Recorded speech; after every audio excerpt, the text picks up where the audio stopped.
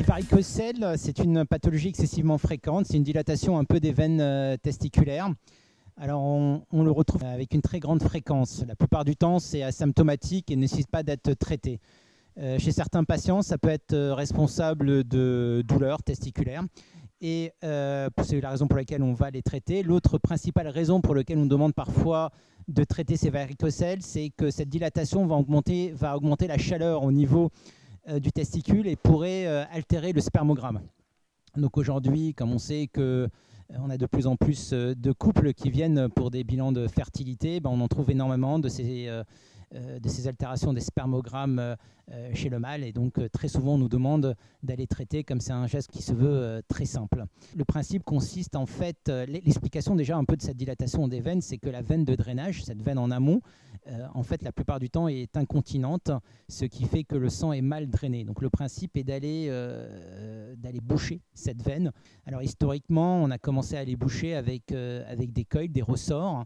J'essaye vraiment d'éviter les coils énormément, même en distalité, pour la simple raison, c'est que j'ai vu pas mal de cas, en tout cas décrits par nos confrères urologues, où le coil entraînait une gêne importante. Le patient le ressentait, il suffisait qu'elle soit un tout petit peu surdimensionnée, ce qui est souvent le cas. On doit utiliser pour essayer vraiment de boucher la veine.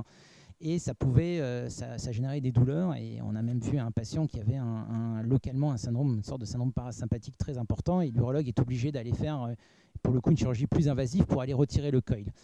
Et puis secondairement, on a associé les cols avec l'injection de sclérosant. Alors on injecte un sclérosant. Le problème du sclérosant, effectivement, c'est un peu de la mousse qu'on ne voit pas. Ça peut partir un peu partout.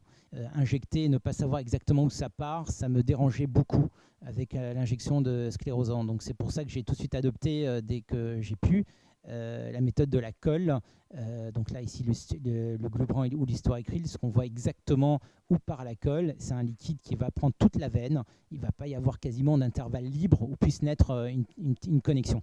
Vous prenez de la colle non diluée, et puis vous injectez tout doucement pour obliger les veines testiculaires à essayer de trouver un autre chemin qui soit normal pour pouvoir bien s'évacuer. Le traitement aujourd'hui est quasiment admis par tout le monde. Ça se fait en une demi-heure et le patient peut quasiment repartir tout de suite chez lui. Là, en utilisant cette technique, vraiment notre taux de récidive est proche quasiment du zéro. On n'utilise pas de coil, à part une certaine gêne, parce que la colle va entraîner une petite inflammation qui va durer 24-48 heures. Vraiment, le patient très vite ne ressent plus rien, et donc vous n'avez aucune complication liée au coil et très peu de récidive.